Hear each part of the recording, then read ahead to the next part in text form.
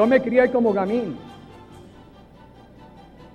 Si van a contar las peleas a puños con mis hermanos en la calle, en todas partes, serían incontables.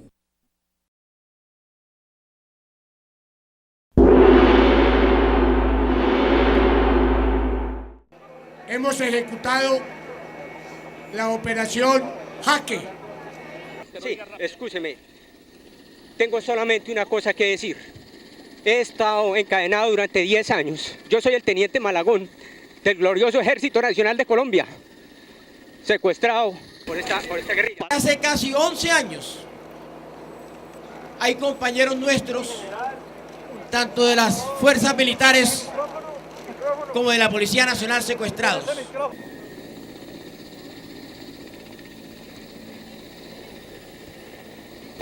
Bueno, por política del canal no podemos transmitir, no podemos dejar transmitir al grupo de prisioneros. Esta operación Jaque, que la iniciamos en el mes de junio, concretamente como tal, la iniciamos una operación de inteligencia militar, solos, sin ningún tipo de apoyo raro. Quiero decirles que infiltramos a las FARC, al secretariado de las FARC. Logramos meternos ahí y los convencimos de que estaban hablando entre ellos mismos. No se disparó contra los guerrilleros. Fueron reducidos los 2 que abordaron el helicóptero. Ante todo y sobre todo, darle una felicitación muy sincera, muy de corazón a nuestro ejército, a nuestra fuerza pública. Interesaba el rescate de los secuestrados, como efectivamente se hizo. ¡Siempre lo esperamos, siempre! ¡10 años esperando! ¡10 años esperando al ejército! Fue un rescate de película. Una epopeya militar. Jaque mate a las FARC, indiscutiblemente. Colombia entera está feliz hoy, porque ustedes regresaron. Hoy, más que nunca, me siento inmensamente orgulloso de ser el comandante del ejército de todos los colombianos. ¡Viva Colombia!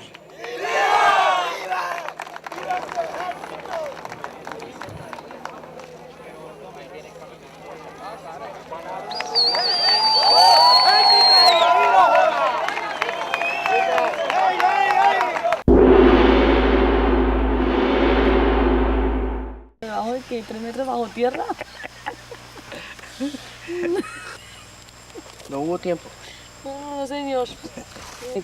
Presidente de la República de Colombia me llamó para informarme que en un encuentro armado entre el ejército colombiano y la FARC, una columna de la FARC había huido hacia territorio ecuatoriano, había continuado disparando y las Fuerzas Armadas colombianas habían tenido que defender. Reyes murió en territorio ecuatoriano. Reyes murió como lo que era, un terrorista. Pero si se le pidió permiso al gobierno ecuatoriano general.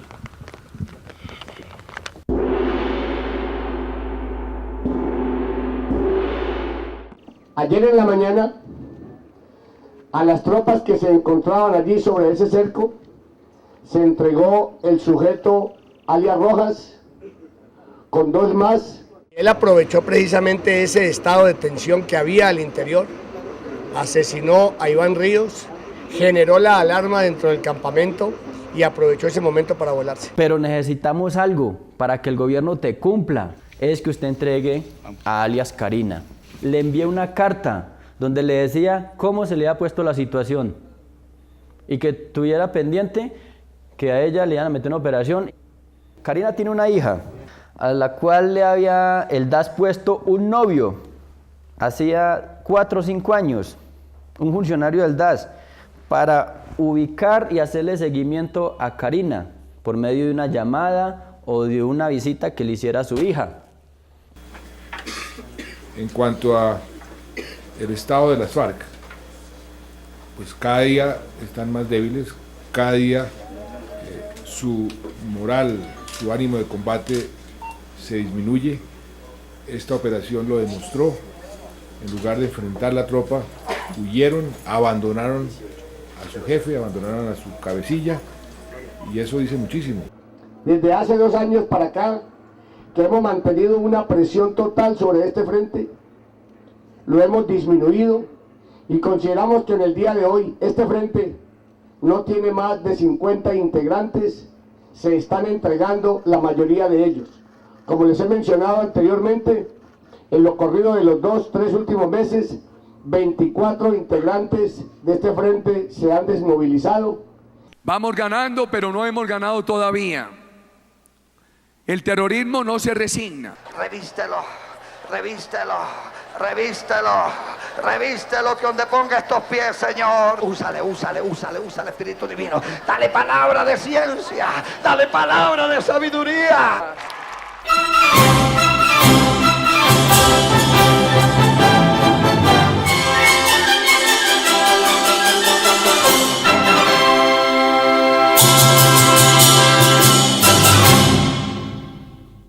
Hace muchos años había un emperador tan aficionado a los trajes nuevos que gastaba todas sus rentas en vestir con la máxima elegancia.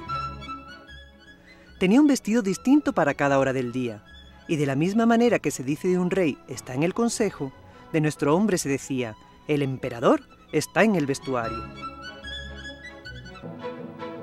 Una vez se presentaron 2 truhanes que se hacían pasar por tejedores, asegurando que sabían tejer las más maravillosas telas. No solamente los colores y los dibujos eran hermosísimos, sino que las prendas con ellas confeccionadas poseían la milagrosa virtud de ser invisibles a toda persona que no fuera apta para su cargo o que fuera irremediablemente estúpida. Deben ser vestidos magníficos. Si los tuviese, podría averiguar qué funcionarios del reino son ineptos para el cargo que ocupan. Y mandó abonar a los 2 pícaros un buen adelanto en metálico para que pusieran manos a la obra cuanto antes. Ellos montaron un telar y simularon que trabajaban, pero no tenían nada en la máquina. A pesar de ello, se hicieron suministrar las sedas más finas y el oro de mejor calidad, que se embolsaron bonitamente mientras seguían haciendo como que trabajaban en los telares vacíos hasta muy entrada la noche.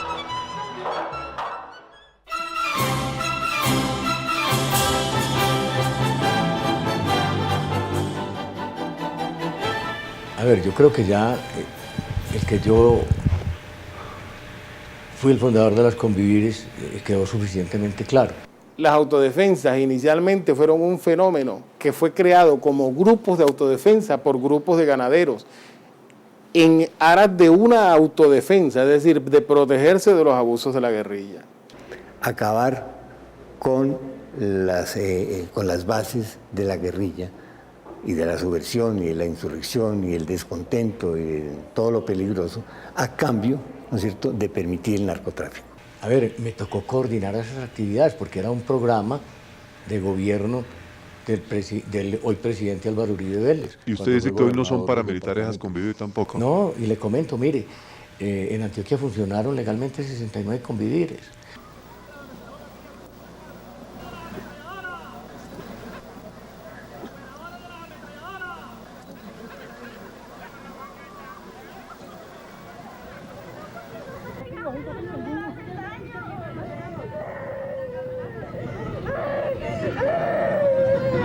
¿Pero por qué no me dejaron verlo? ¿Por qué? ¿Por qué? ¿Por qué no quiero verlo así tan feo?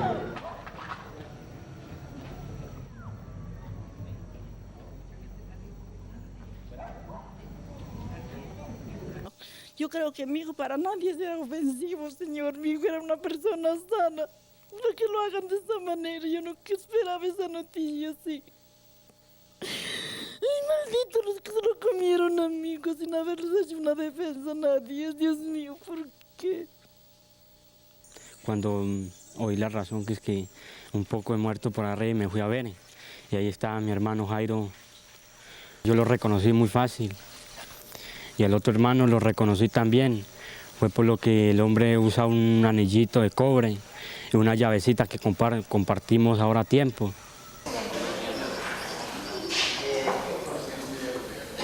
Cuando llegó uno de los hijos y me tocó, ¿no?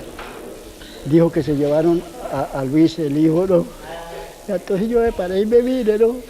Pues el hijo ya se lo habían llevado, ¿no? Y cuando ya al rato, pues la noticia era que lo habían matado.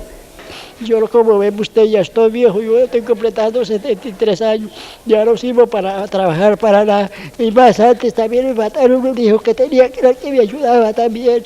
Y ahora me matan que era el único que me ayudaba y ellos no tenían problemas con ninguno, porque ellos no se metían con nadie, ni hablaban de nadie, debían el trabajo. Sí, entonces estamos en una situación que no hacemos, ¿para dónde coger? ¡A mi padre! ¡Tanta gente mala! ¡Tanta gente involucrada! ¡No jodan así, no se hace mi vida! ¡Mi padre inocente! ¡No jodan lo que me duele! ¡No jodan! ¡Ay, padre mío! ¡Ay, padre mío! ¡Ay, no! ¡Ay, Dios! Bueno, denuncié masacres, que se van a dar a conocer. Masacres como la de Salao, Chende, Matayepo, Pichilín, muertos craneados. Jairo Castillo conoce de muchos muertos craneados que son más que las masacres, autorizados por esos políticos que hoy en día en Colombia están presos y de otros que todavía no están presos. No es justo que la población civil se atropelle de esa manera, se les robe las partidas que les mandan a ellos y aparte de eso sirva la misma plata esa del Estado para mandar a masacrar campesinos, para demostrar que hay poder. Es que los paramilitares tienen varias funciones. Unas electorales, los paramilitares aseguraban votos. Otras económicas, en términos de tierras, despojo de tierras, pero también laborales, porque implican el dominio sobre unos sectores de población para impedir, ¿no es cierto?, organizaciones sociales como sindicatos, como ligas, como juntas de acción comunal. De tal manera que eso permitía bajar los salarios. Y estos señores no tuvieron eco en las autoridades del momento, ni la justicia operó. Entonces es lamentable, pero se dedicaron a hacer justicia por sus propios medios.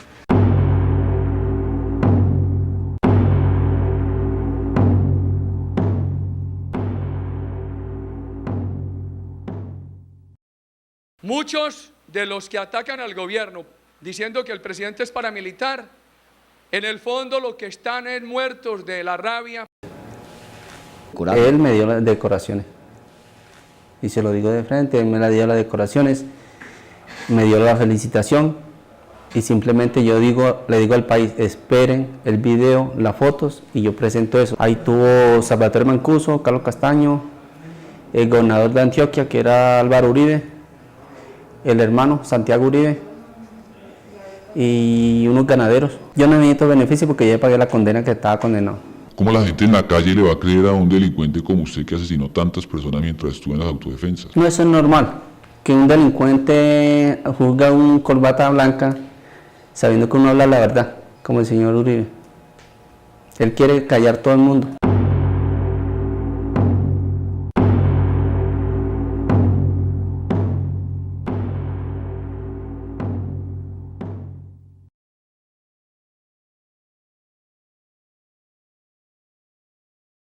Álvaro Uribe Vélez, un político colombiano y senador dedicado a colaborar con el cartel de Medellín en los niveles más altos del gobierno.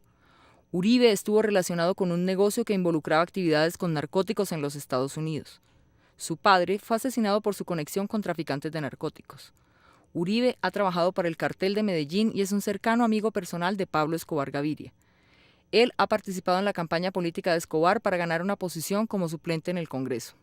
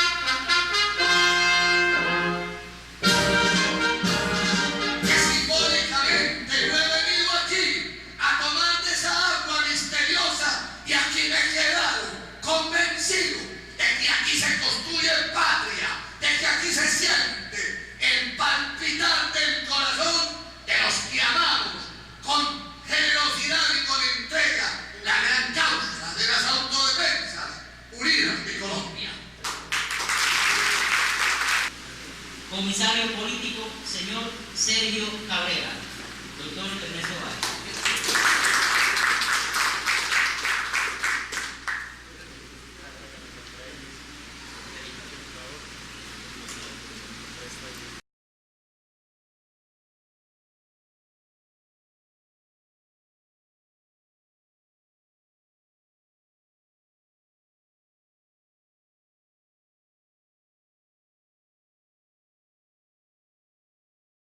Dios me quiera con mucho gusto. Téngalo indiscutiblemente, porque esa es la tierra de él, la que lo vio nacer y lo que lo hizo hacer políticamente. Cuando nos dijo de seguridad ciudadana, nosotros le dijimos que nosotros también estábamos organizándonos en ese sentido, sin armas ni nada.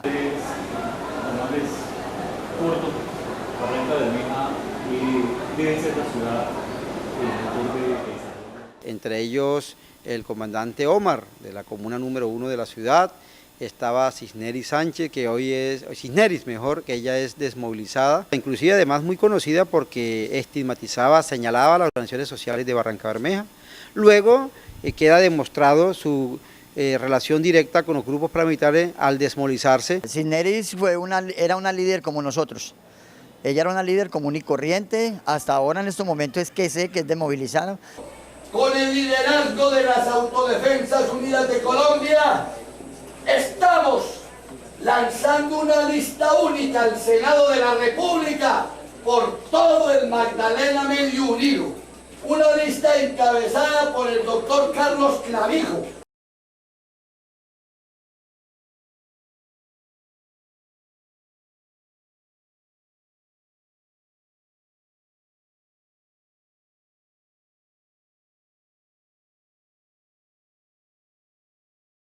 Apreciados amigos de Puerto Berrío, un saludo muy afectuoso. Doctor Álvaro Uribe Vélez, futuro y seguro presidente de los colombianos. Muy buenas noches, doctor Carlos Arturo Clavijo, también muy seguro senador de la República de Colombia, para quien pido un fuerte aplauso. Para recuperar el sendero de la concordia, el sendero del progreso social, el sendero del empleo y el sendero de la modernización de la nación. Puerto Berrío es un lugar símbolo.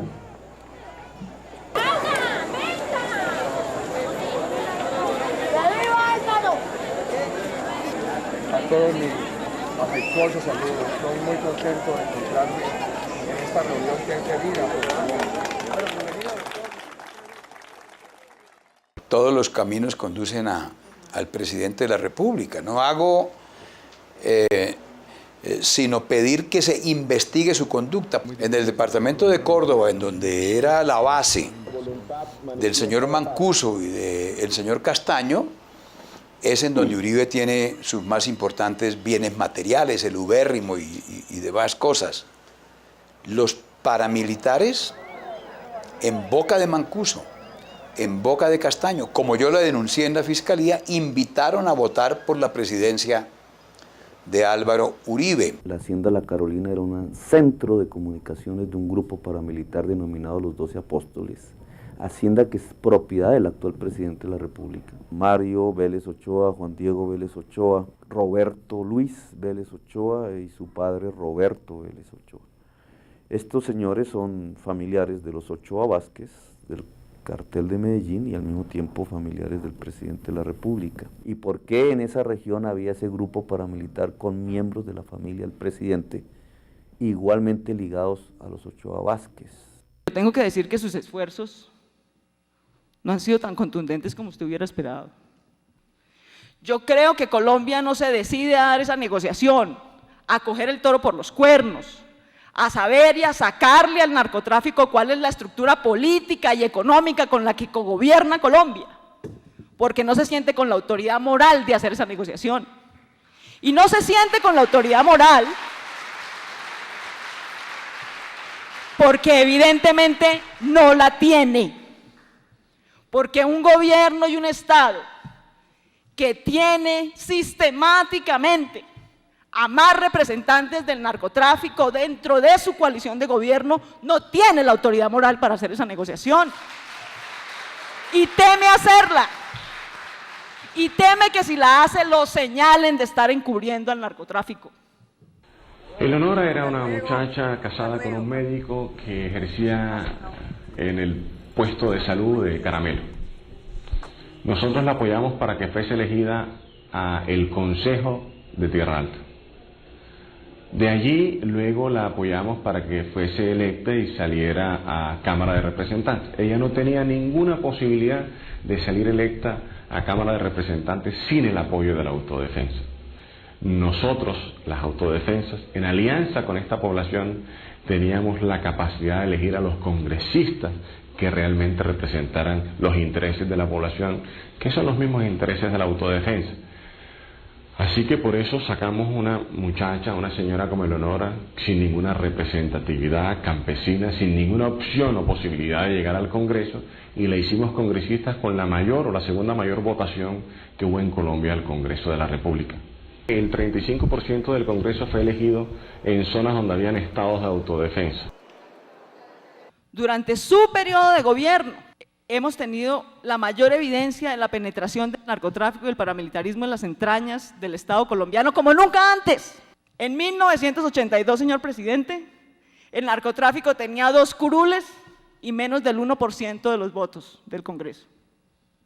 En el proceso 8000, descubrimos que el narcotráfico tenía más o menos el 8% de las curules y ya representaban casi el 12% de los votos. En la parapolítica, señor presidente, hemos descubierto que el narcotráfico y el paramilitarismo tenían el 32% de las curules del Congreso. Iban ya en 2 millones de votos.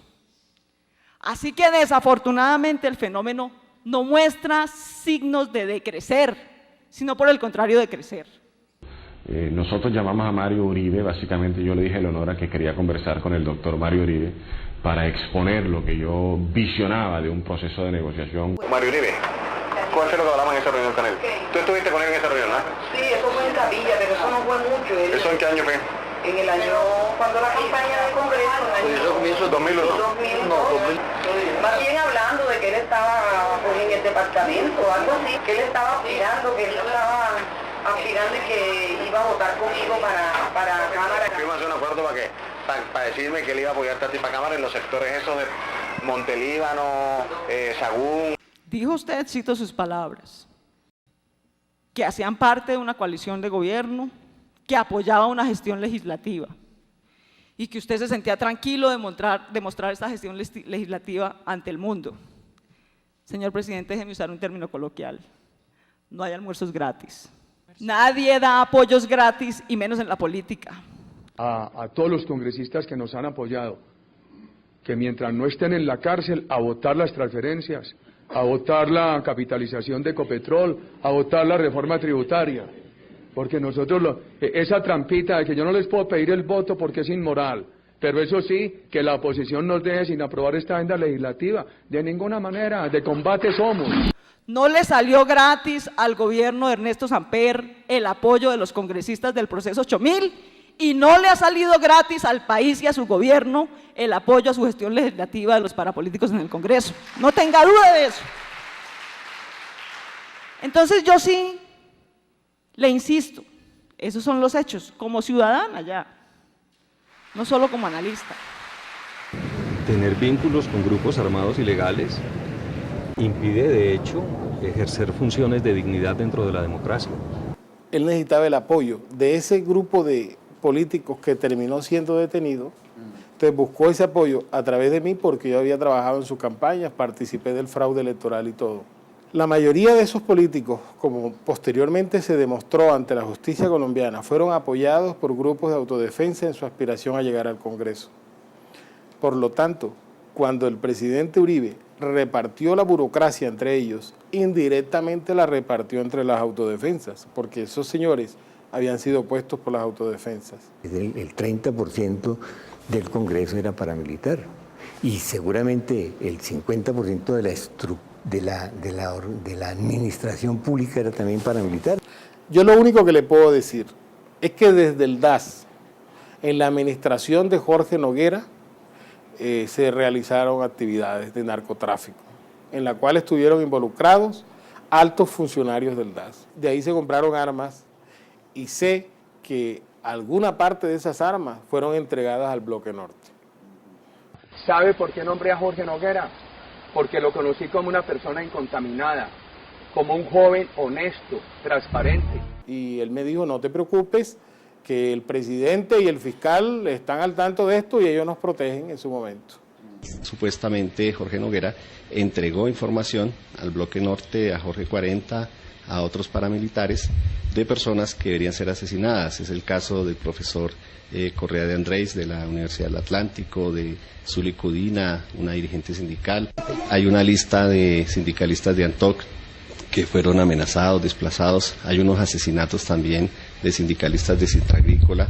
Que son los asesinatos de líderes sindicales, tanto agrarios como urbanos. La posición hoy día de los Estados Unidos tiene que ver con eso, lo del TLC, ¿no es cierto? La exigencia de la libertad de los sindicatos y de la organización sindical muestra que hubo, ¿no es cierto?, en los gobiernos pasados una política de exterminio del sindicalismo para bajar la mano de obra y permitir una relativa competencia exitosa en el mercado internacional.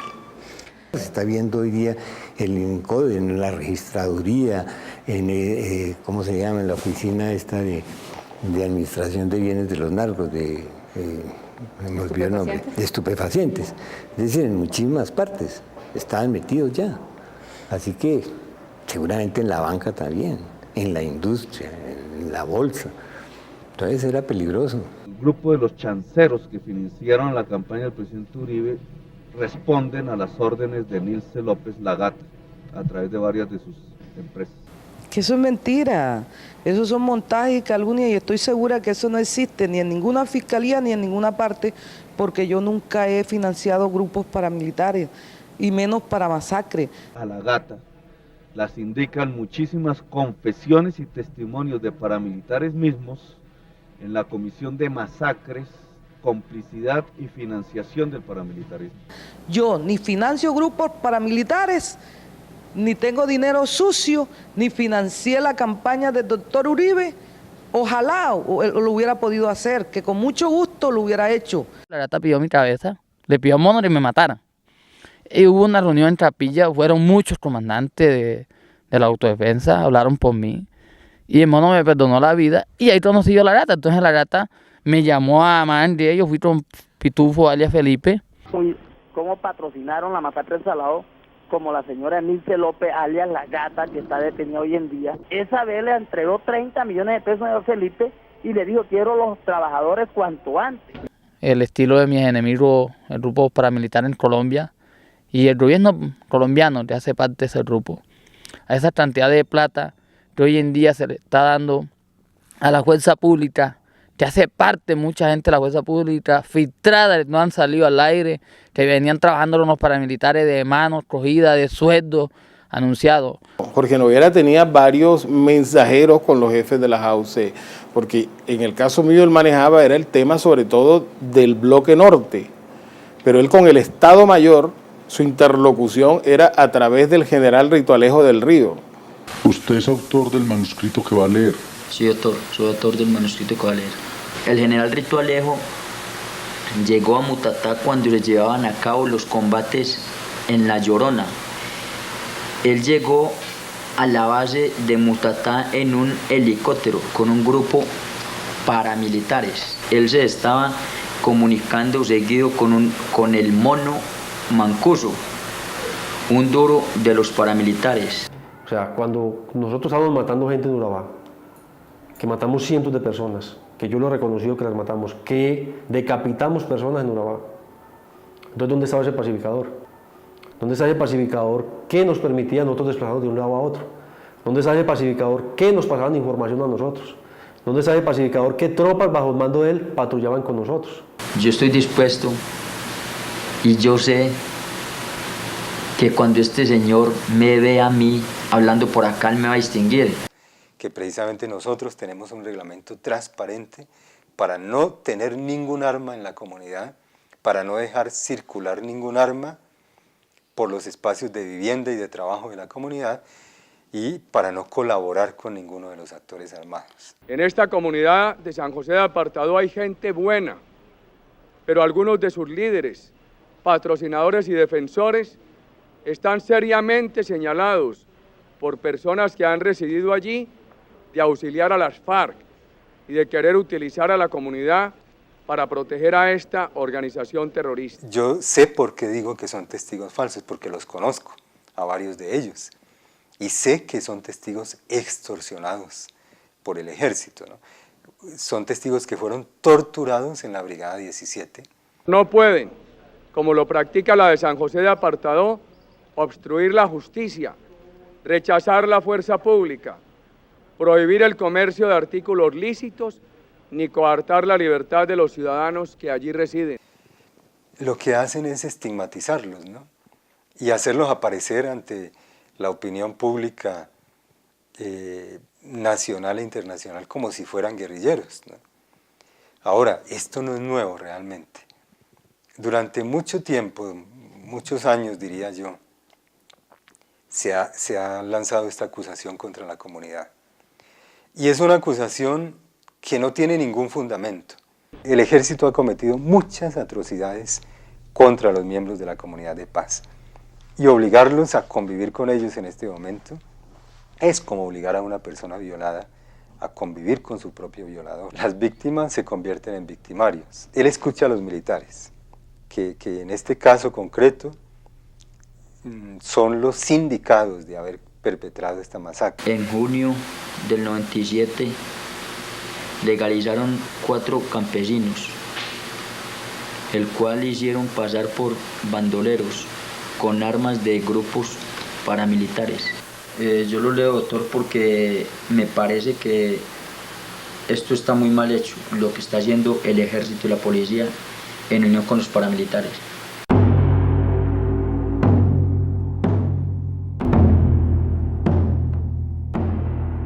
Porque van a seguir los mismos empresarios apoyando grupos, porque los empresarios que apoyan solamente les interesa el dinero.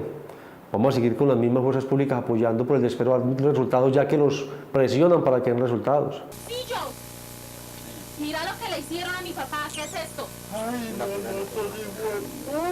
que le hicieron a mi papá. Esta es la ley, esta es la puta mierda que le hablaba en la que vivimos, ¿cierto? Esta es la puta mierda en la que vivimos. Ven y registra todo esto. Registra, por favor, ¿dónde están las armas? ¿Dónde están las armas que dicen que hay aquí? ¿Dónde están las armas? ¿Dónde? Registra todo esto, por favor. ¡Mira, le hallaron la pieza! ¡Mira, le arrancaron el tornillo! ¡Lo sacaron de acá! Mira, lo sacaron de aquí. Mira, le arrancaron el cuerpo, lo sacaron de acá y lo mataron afuera. Nosotros estamos denunciando a los 11 militares que desarrollaron el operativo. Entre esos militares está Manuel Arturo Pavón Jaimes, que era quien comandaba la patrulla. Ahora, desde hace mucho tiempo, es mayor del Ejército Nacional. Inicialmente hubo un decreto que se conoce como el decreto Boina, que eran las bonificaciones para operaciones de importancia nacional, en la cual a miembros de la tropa se otorgaban importantes sumas de dinero por dar de baja personas reportadas como miembros de la guerrilla. Lo que no se le contó al país es que después de haber derogado el decreto se mantuvo de manera secreta una directiva que mantenía estas mismas remuneraciones económicas por presentar personas como dadas de baja en combate.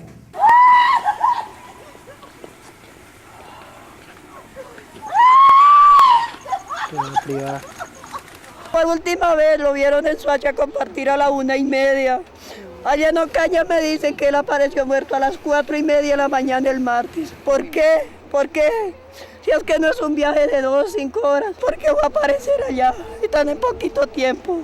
La pregunta que yo me hago, ¿por qué? Lo que me dijo era que se iba a encontrar con una persona para ir a hablarlo de un trabajo y nunca más volvió. ¿Eso fue cuándo? Eso fue el 2 de marzo de este año.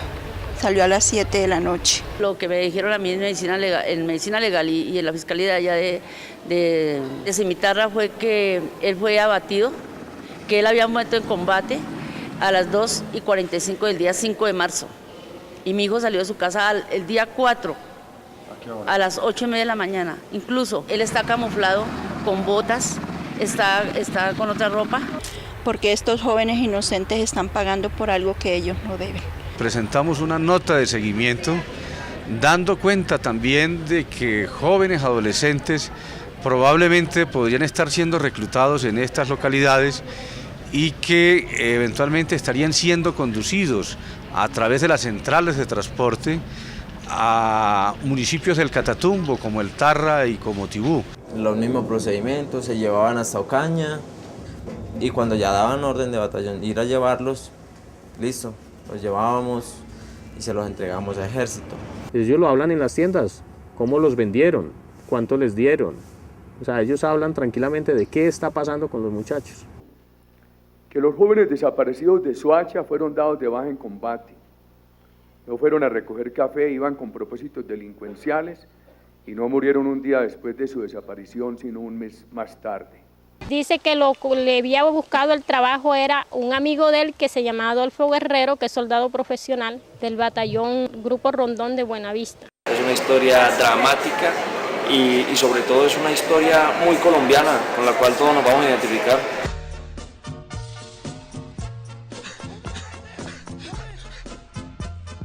Lo mataron en el sector de la S y lo vistieron, le pusieron armas. Él era ingeniero civil, trabajaba, tenía varias obras. Ellos lo enterraron como NN, pero ellos sabían que él no era ningún NN porque ellos le quemaron los documentos y quemaron todo lo que él tenía. Matan las personas, las ponen como falsos positivos y el gobierno les da licencia para irse y fuera de eso les da plata para que se vayan para la casa. Nosotros denunciamos a la 14ª Brigada porque son las personas que hemos encontrado en la zona como Ejército y son quienes han convidado a algunos campesinos sacándolos de las casas, diciéndoles que les muestren los caminos, que los lleven a algún lugar o que tienen que hablar con el teniente o que tienen que hablar con otra persona y luego aparecen los campesinos que ellos sacan ejecutados y después los pasan como guerrilleros caídos en combate. Bueno, el Ejército los lleva, los asesina y hace un campo de batalla, ponen unas armas a disparar y luego los presentan como guerrilleros uniformados y con un fusil que según dicen ellos solo lo portan las guerrillas. A los campesinos tienen que sacarlos de cualquier manera, a como toque. Entonces el gobierno de Uribe ha utilizado dentro de su seguridad democrática al ejército, vistiéndolo de civil para que mate a los campesinos y en algunos casos vistiéndolo de águilas negras, para que maten a los campesinos, para que desalojen el territorio y no hay que darle nada a los campesinos en contraprestación por sus bienes o por sus fincas o por todos los ganados y lo que tienen los campesinos en la zona.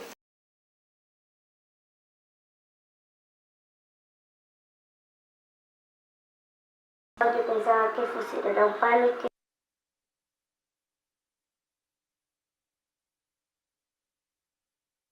pusieron a un señor a hacer el hueco, que ahí lo iban a enterrar a él con la mujer y que él tuvo que arrodillársele para que no los mataran. El niño presenta 3 impactos de bala en la cabecita. Mi hermano tiene 2. El Comando General de las Fuerzas Militares lamenta informar a la opinión pública que en desarrollo de una operación militar en proximidades del municipio de Cajamarca resultaron muertos los señores Albeiro Mendoza Reyes, Norberto Mendoza Reyes, la señora Yamile de Mendoza y 2 menores de edad. Estaban pues ahí todos tirados, ensangrados. El niño quedó encima de ella lo tenía abrazado. Y quiero que haya justicia en esto, porque mi hijo no es guerrillero ni tampoco es hijo de un guerrillero. Es hijo de un padre muy humilde, como lo soy yo con todos mis hijos. Y es un niño, porque es un angelito de escasos 14 años. Me lo quitaron. Y quiero que esto se haga justicia, porque esto no se puede quedar así. Esa criaturita pequeñita, ¿será que creen que ese era un guerrillero? No creo. No basta con juzgar a políticos o a integrantes de la fuerza pública por colusión con los paramilitares y eventualmente por conciertos u omisiones frente a la guerrilla.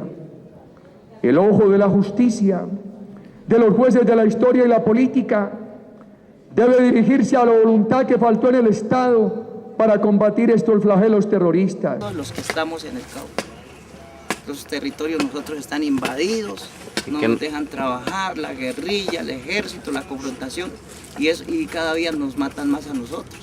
Bueno, a la llegada de los españoles en lo que hoy es Colombia se calcula que éramos 10 millones de indígenas y 400 pueblos. De esos, hoy solamente somos 1.380.000 y solamente 102 pueblos.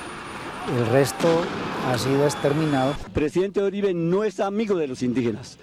Sabemos muchas legislaciones que ha pasado por el Congreso ha sido antiindigenista. Una población del 2.2% del total de los habitantes de Colombia tiene el 27% de las tierras. La denuncia de Álvaro Uribe es distractora.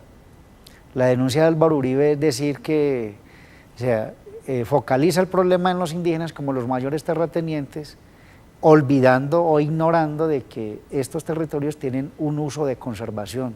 Se alberga la mayor parte de las zonas boscosas del país, la mayor parte de la biodiversidad del país está en estos territorios. Y entonces olvida, digamos, muy premeditadamente que los verdaderos terratenientes son los grandes hacendados del país, son los que tienen grandes extensiones de tierras ganaderas que están acumulando la tierra, esos son los verdaderos terratenientes. Y tenemos conocimiento de que pues Álvaro Uribe, digamos en su condición individual, en su condición de empresario, es uno de los mayores y grandes terratenientes del país. Los SMAT trajeron un camión, violentaron las puertas, sacaron los electrodomésticos, lo cargaron en el camión y se lo llevaron. Ahí se ve cómo el SMAT invade territorio indígena, están al interior de unas casas, las cuales golpearon, abrieron la puerta como se ve ahí, la chapa, la fuerza. Los antimotines, porque a ellos fue que encontramos ahí todos adentro. Nos dejaron sin mercado, ahorita no tenemos ni siquiera ni que darle comer a los hijos. Claro. ¿A qué hora llegaron el SMAT a hacer esos daños? Ellos ahorita yo le ayudo a anteayer y a hoy por la mañana también. Pues anteayer habían dejado un poquito de cosas, pero ahora sí acabaron fue con todo.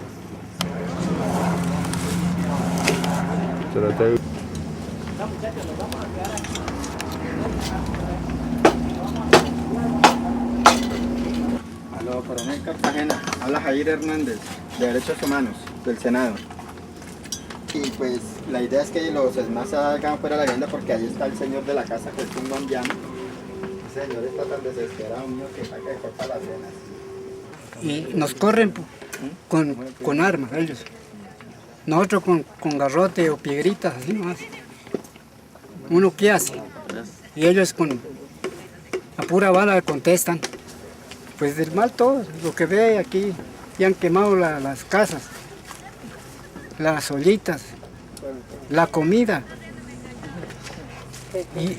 y toda la ropa lo cogen y lo queman. Mire, se encontró, ¿qué es eso dentro de la herida? Un cuerpo extraño, nos parece que es un balín, un pedazo de balín. ¿Hacemos un acercamiento ahí? Sí, pues nos han dicho que varios indígenas han sido heridos por fusil, incluyendo el muerto que hubo, que murió en el hospital de Popayán por una bala. No, lo que pasa es que los indígenas son estorbosos, lo mismo que las comunidades negras, porque constitucionalmente son propiedades colectivas, que no pueden ser apropiadas individualmente. Están firmando ahí. Sí, cuando nosotros entramos a la casa. Un integrante del SMAT que debería tener el número aquí que lo identifica, en este momento parece sin identificación, grabando a la gente para posibles desapariciones después.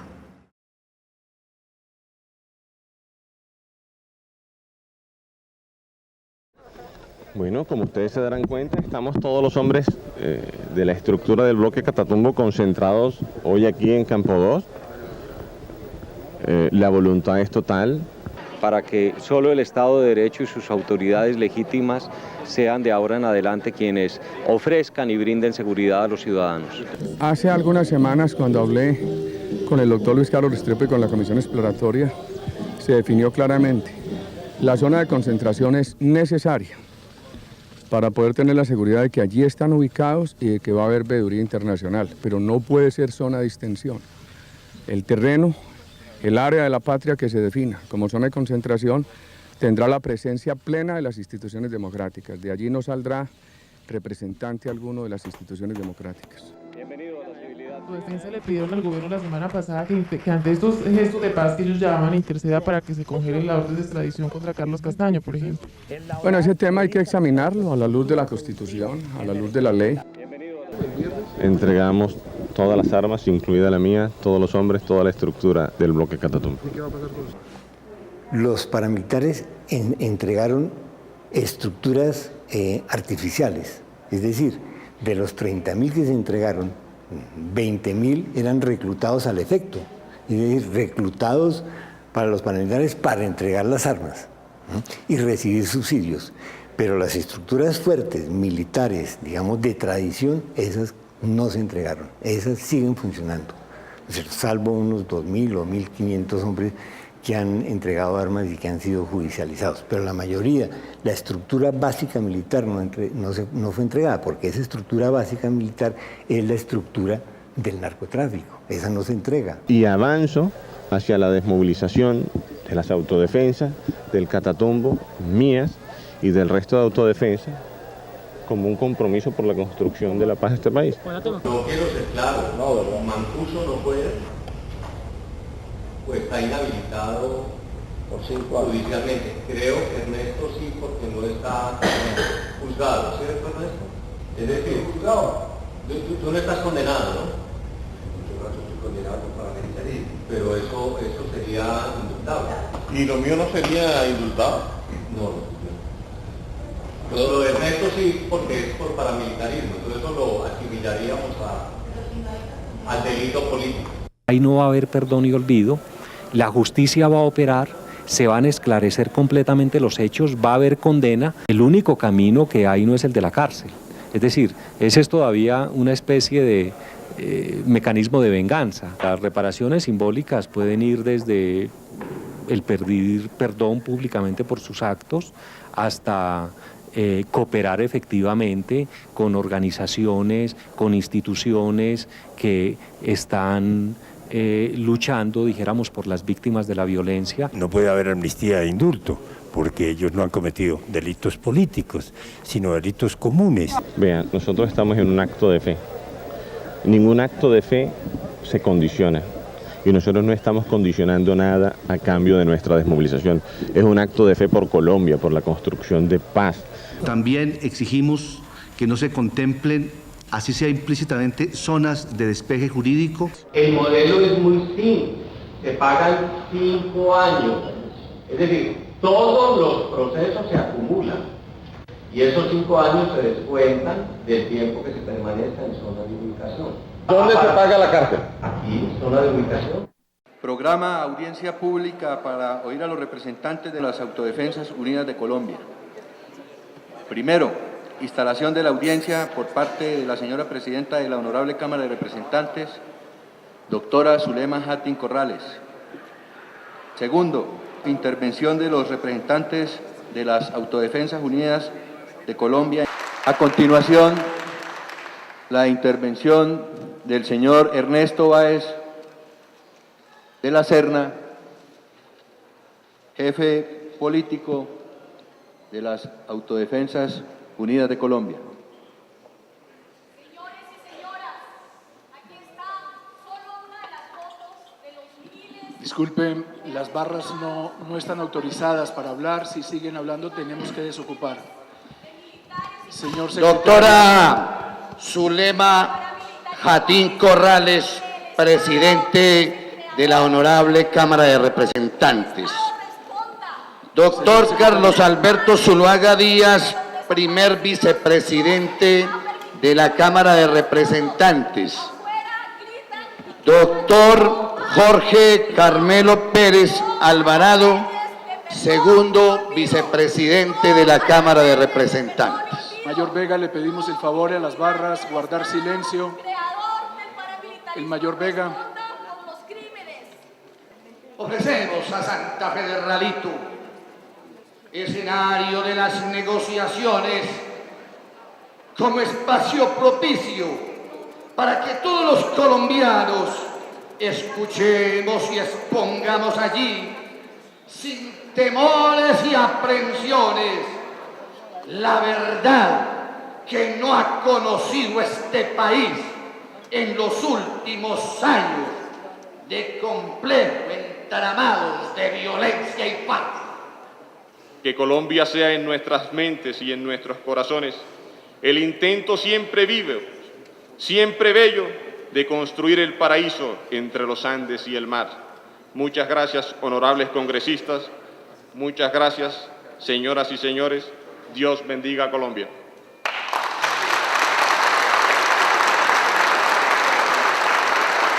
Lo que nosotros consideramos es que este es un acto supremamente indigno, un acto en el cual se postra el país ante sectores que han provocado tanta sufrimiento y tanto dolor en Colombia. Y las víctimas, lo único que tenemos que decir aquí es que estamos presentes y que no nos vamos a callar.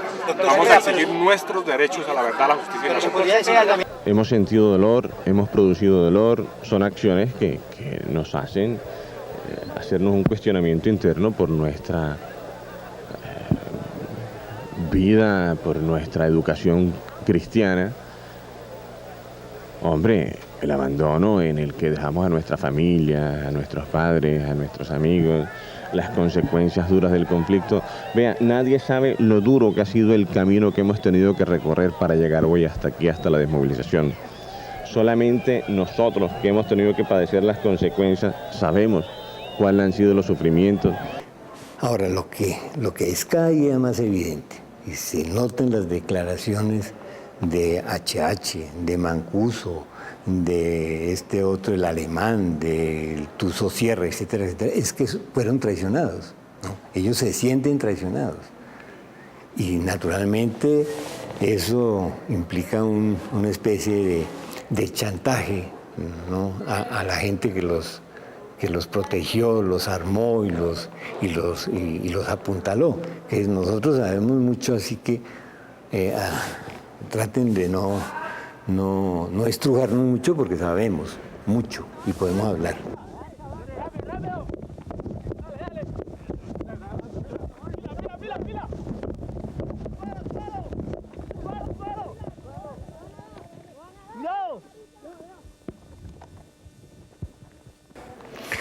Pues, lo han dicho y está implícito, es llevarlos a los Estados Unidos para que allá sean procesados por narcotráfico, pero sus delitos criminales de lesa humanidad que están aquí vigentes, esos quedan, digamos, tapados por esa otra política.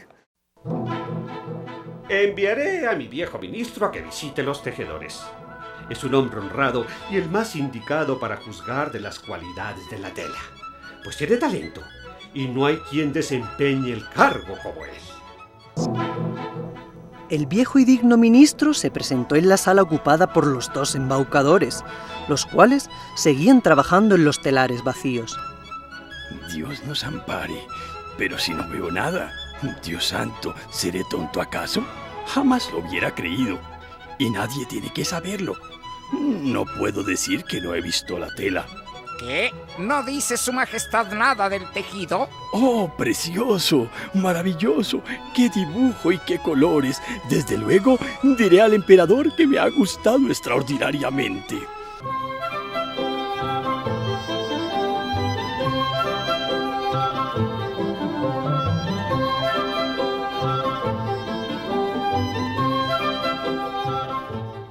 ¿Aló? Señor. Mire pues, allá ya le armó el tinglado de hijueputa. Ah, bueno. Va el curita y va el jefe de los abogados y va no sé quién más a las 6 allá. Ah, bueno. Yo les dije, oiga fue lo que les dije, que me costaba que esa cosa existía. Listo, capullo. Para política. Definitivamente en esa época es evidente el conflicto que hay entre el Ejecutivo y la Corte, pues por estos procesos que estaba adelantando la Corte, y la cabeza principal de estas investigaciones es el doctor Iván Velázquez. Si estas personas del gobierno encontraron que efectivamente era intrascendente, insignificante, lo que finalmente el 23 de abril le entregaron Job y Diego Álvarez. ¿Por qué entonces nunca le informaron a la Corte que los paramilitares estaban haciendo algo contra la Corte? Hola, doctor. ¿Cómo me fue? De 1 a 10. Por ahí 11. ¿Verdad? Sí. Bueno. Pregúntele al monito y me dice cómo la vio él. No la vio bien, pero como esa es la versión de él, me faltaba la suya. Fue el curita. Sí, claro. Que hables con aquel. ¿Quién es aquel? El curita. Que si vos estabas por acá, yo le dije que sí. Como que te necesita, no hay que llamarlo a ver. ¿Cuál cura? Pues el cura, el periodista. ¿Aló? ¿Cuál cura, hombre? César. ¿Quién dijo? Pues hablé con él. Ay, ¿que hablara yo con él? Sí. Pues si yo no estoy, no llamara de marica y no me contesta. No queremos estar en los zapatos del señor presidente.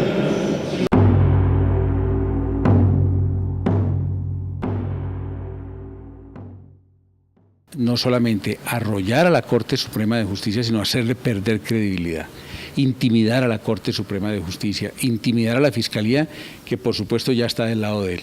Aquí venían órdenes del Ejecutivo, donde pedían que se investigara a estos magistrados de la Corte Suprema de Justicia, vulnerándose así el derecho fundamental de la intimidad de estas personas.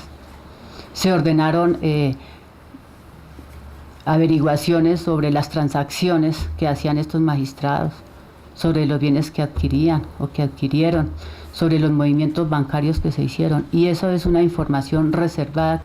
Se realizaron reuniones en el mismo DAS, en Palacio, y todos pidiendo información al respecto. Y entonces, ¿cómo desconocer la gravedad de esta conducta cuando esos funcionarios públicos que están al servicio del Estado encaminan sus actividades a realizar estas clases de actividades delictivas? Estimo que esas interceptaciones constituyen un gravísimo atentado contra la independencia y la autonomía de los jueces, de todos los jueces de la República y de la Corte Suprema de Justicia. Esta es una gigantesca operación de complot, de guerra sucia, que organizaron en la Casa de Nariño. Me parece que también es un hecho muy grave, toda vez que es un organismo del Estado que depende del señor presidente de la República. Ha sido norma de este gobierno decir las cosas rapidito y con absoluta franqueza, sin que la prensa tenga que reblujar con ganzúa la verdad.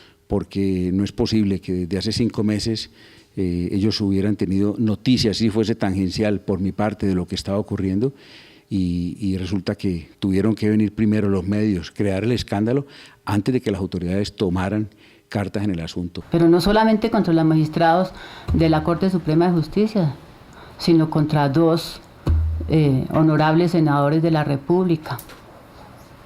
Se infiltró el teléfono de la senadora Piedad Córdoba. Se hicieron seguimientos dentro y fuera del país. No me cabe ninguna duda que el motivo que llevó a agentes del DAS bajo órdenes superiores a seguirme, interceptar mi teléfono e investigarme es el paramilitarismo de Antioquia, que tenía muy nervioso al gobierno colombiano, que José Obdulio estaba al tanto de lo que íbamos investigando dentro de mi oficina en el Congreso de la República. Por ejemplo, en el caso del doctor Petro, se aportó una hoja de vida, se aportaron las fotografías de su padre, de su esposa, se tomaron otros datos. El presidente tiene una gran incapacidad para ser jefe de Estado en un Estado de Derecho porque no admite límites ni admite controles. La doctora Piedad Córdoba y el doctor Gustavo Petro son opositores del gobierno y así siempre lo han dicho desde un primer momento. Y entonces ese hecho de ser opositores les da el derecho a los funcionarios del DAS investigar su vida íntima, seguirlos como se hizo. ¿Para qué?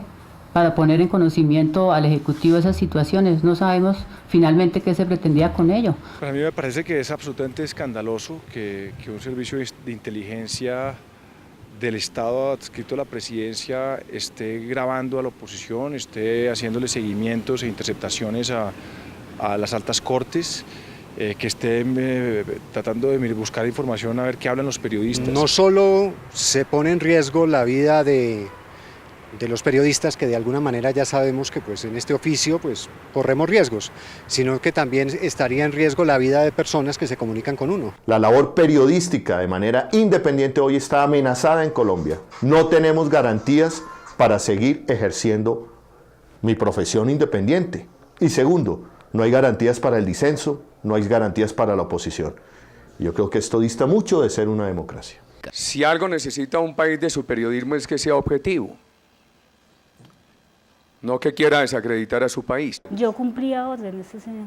Claro, pero es que yo no puedo cuestionar ese tipo de órdenes porque viene de mi superior. Si no cuestiona a mi jefe, ni cuestiona a la doctora María del Pilar, porque yo, que soy el último eslabón. Él lo que me manifestaba era que esa información no se desviaba, sino que el único receptor iba a ser la directora María del Pilar y el presidente. Sí, pero, o sea, ahora dándome cuenta, mi información pues alimentaba muchas áreas de inteligencia. Sabemos que se usa la inteligencia del Estado con propósitos políticos. Tenemos que saber quién da las órdenes y a quién llega esa información y para qué la usa. ¿Y cómo una detective con un salario de 1.200.000 puede meter una grabadora de aproximadamente 50 millones de pesos? Es que la seguridad nacional es el presidente, y yo lo sentía así. En esto de la filtración, cabría el símil con la frase bíblica, en la relación entre el periodista y el investigador. Tan grave pagar por la peca como pecar por la paga. Los estafadores pidieron entonces más dinero, seda y oro, ya que lo necesitaban para seguir tejiendo. Todo fue a parar a sus bolsillos, pues ni una sola hebra se empleó en el telar. Y ellos continuaron, como antes, trabajando en las máquinas vacías. El gobierno tiene el proyecto de impulsar unos desarrollos productivos de gran importancia en esta área del Meta, del Bichada, en la Orinoquía colombiana, que nos permitan reasentamientos de población desplazada. Hay un proyecto inicial para instalar aquí 1.000 familias de desplazados, con unos proyectos productivos importantes que les garanticen calidad de vida.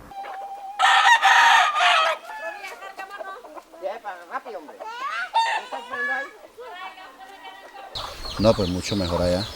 Aquí estamos aguantando esa hambre que el gobierno nos dé allá. Que el gobierno nos dé una partida, sí, donde podemos levantar nuestros hijos, donde podemos cultivar algo. Esto no sería muy beneficioso desde el punto de vista social porque serían muy poquitas familias las que se benefician. Si uno parcela esa tierra, no es el camino parcelarle esa tierra a unas pocas familias o de desplazados o de campesinos sin tierra. ¿Por qué? Porque quedarían aislados de los servicios públicos. Si se le da a unos privados, se le concede la explotación a ellos, se pueden generar entre 1.000 y 1.500 empleos. Eso muestra un juego perverso del gobierno en el que por un lado apoya a ciertos empresarios de La Palma para desplazar y por otro lado evita entregarle tierras legalmente destinadas a población desplazada. No están teniendo en cuenta que esto se hace sobre la base de una acción de terror, con participación de grupos paramilitares, con capitales del narcotráfico. Tenemos que tener un tratado de libre comercio con los Estados Unidos, eso hay que buscarlo desde ya, urgentemente, porque estos años pasan muy rápidamente. Y lo que vamos a proponer es lo siguiente, que lo hagamos sin perjuicio de adelantar el arca. Y que nos ayuden para conciliar intereses en Colombia, a ver cómo dentro de ese tratado hallamos unas cláusulas de defensa de los segmentos competitivos de la agricultura. Carimagua y Agroingreso Seguro son gemelos. Es una sola política, ¿no es cierto?, con dos caras. La de Agroingreso Seguro es el patrimonio público, la plata del Estado es de los ricos. Y el de Carimagua es igual, la tierra es de los ricos. 700.000 pesos, 680.000, 8 millones de pesos, 2 millones, 1 millón de pesos. Es en el agro donde todos ganamos. AIS, el agro es ingreso seguro. El programa Agroingreso Seguro es uno de los instrumentos más importantes del Gobierno Nacional para la reactivación y fortalecimiento del sector agropecuario del país. Agroingreso Seguro es riego, incentivo a la capitalización rural, incentivo a la asistencia técnica, es un programa para generar empleo. ayudándole directamente a los campesinos, a los pequeños productores o estimulando a los industriales de este país para que sigan ampliando la frontera agrícola. Era una forma de subsidio a la actividad agropecuaria, pensando en la competencia que representaba, desventajosa, que representaba el TLC para los intereses agropecuarios. Es decir, vamos a subsidiar, dado que la agricultura y la ganadería en Estados Unidos están subsidiadas, nosotros vamos a subsidiar también esta para que la competencia sea menos desleal. Es un mecanismo transparente. El gobierno no puede excluir a ningún ciudadano de ese tipo de convocatorias, ni a un hijo de un senador, ni a un hijo de un magistrado, a nadie. Estaba pensado en darle apoyos a los pequeños, pero en última instancia, aunque hubo apoyos y subsidios a los pequeños y medianos agricultores, la gran tajada de la torta se fue a esas familias tradicionales de la costa, agroindustriales, que tienen su poderío montado, que no necesitan subsidios porque están subsidiadas de alguna manera por el bajísimo costo de la mano de obra, por la ausencia de sindicatos, por el exterminio de los líderes agrarios. Muchas veces es mucho mejor darle la oportunidad a que un señor de estos genere 3 o 4 empleos, que se le dé directamente un subsidio a una persona. Pero aquí hubo otro subsidio, hubo un subsidio, digamos, en dinero contante y sonante para esas familias. ¿A cambio de qué? Es lo que todo el mundo se ha preguntado y mucha gente se responde. A cambio, ¿cierto?, de una inversión electoral que habían hecho esas familias y de todas maneras de una nueva inversión que estaban haciendo electoral con vistas a la reelección del presidente Uribe.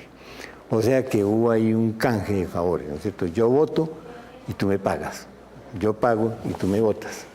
Ni los Dávila Bondano, ni las otras familias, revisando nosotros las campañas, ha aportado un solo peso a la campaña del presidente Uribe, ni de la del 2002, ni la del 2006. O sea que aquí no estamos pagando ningún tipo de favores. Con respecto a unas familias del Magdalena que fueron beneficiadas por este programa, se reitera que dichas personas han participado cumpliendo con todas las condiciones técnicas y requisitos legales, igual que los otros 33.424 beneficiados, de los cuales cerca del 90% son pequeños y medianos productores.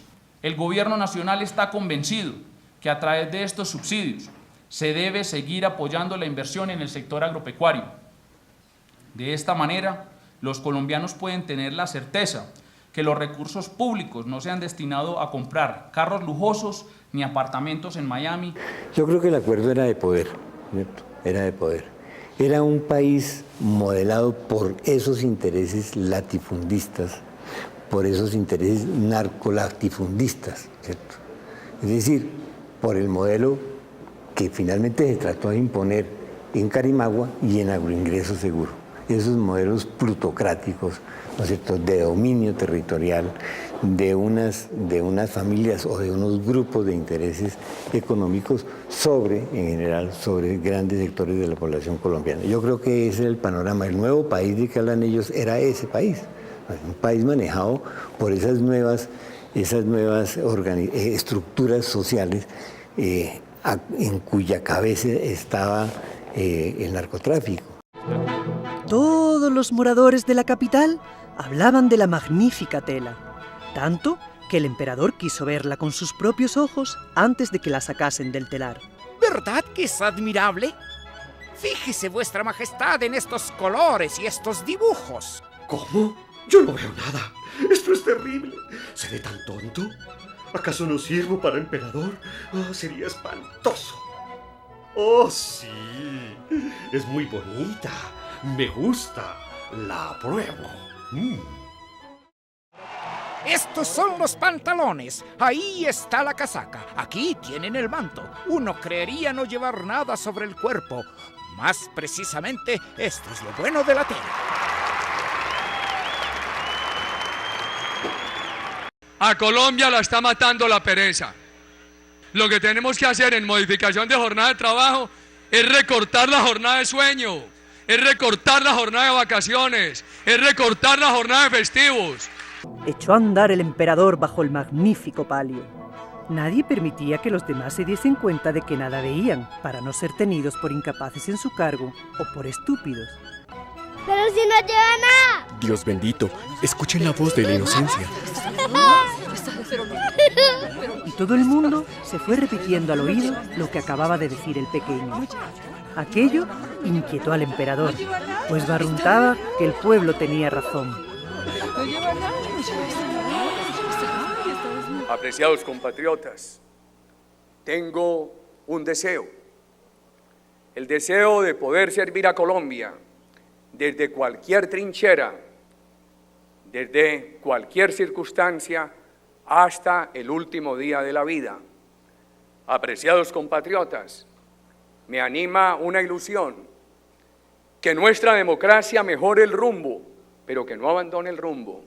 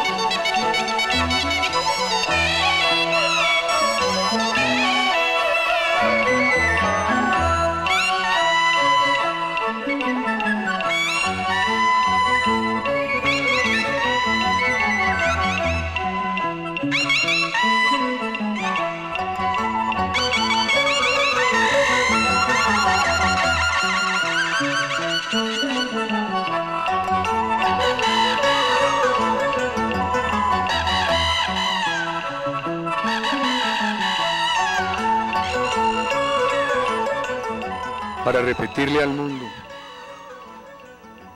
nuestros helicópteros no llevaron insignias. Ninguna insignia, señor presidente, ninguna insignia ni de Cruz Roja ni nada parecido. Ninguna insignia ni de Cruz Roja ni nada parecido.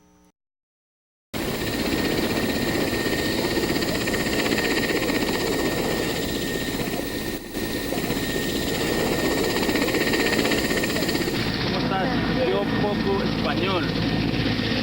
¿Bien?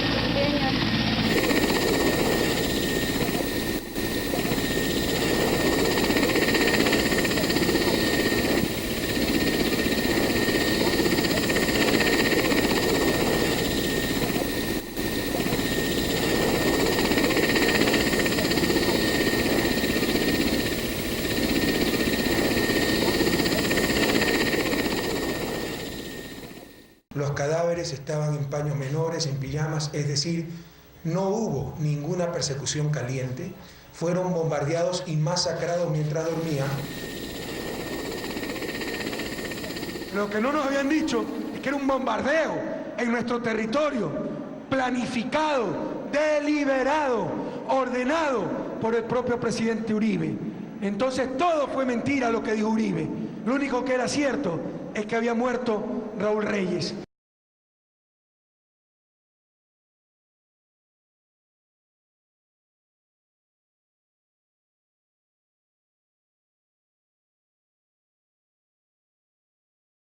Tres pelotones llegaron a menos de 300 metros de su ubicación. Y tal como lo afirmaron los guerrilleros que se han entregado, estaban en una sin salida. El ejército no nos tenía cercados. Unos días antes, para asegurarse de que la pistola le funcionara bien, cambió la pistola de Rojas por la pistola de Iván Ríos. O sea que lo asesinó con la misma pistola de Iván Ríos. Yo tenía que saberlo hacer. Y eso es algo sorpresivo. Llega donde el comandante y le dice, ¿ustedes están buscando a Iván Ríos? Le dice, sí, efectivamente, dice, aquí lo tengo. Y saca la mano que le había amputado. Llevábamos 15 días, ya la alimentación pues escaseaba. Se decidió reconocerle el pago de una recompensa a las tres fuentes principales, al igual que a alias Rojas, por la información suministrada. Tengo testigo y tengo pruebas de que el ministro estuvo allí y me dijo esas palabras. Me dijo, el gobierno te cumplirá con ubicación en el exterior, el pago de la recompensa, protección de usted y de su familia. El pago de recompensas está concebido para que se dé información con miras a detener a las personas, no con la posibilidad de asesinar a las personas. Creo que las recompensas se deben seguir dando para que el gobierno tenga credibilidad ante los guerrilleros. Si se habla, se cumple.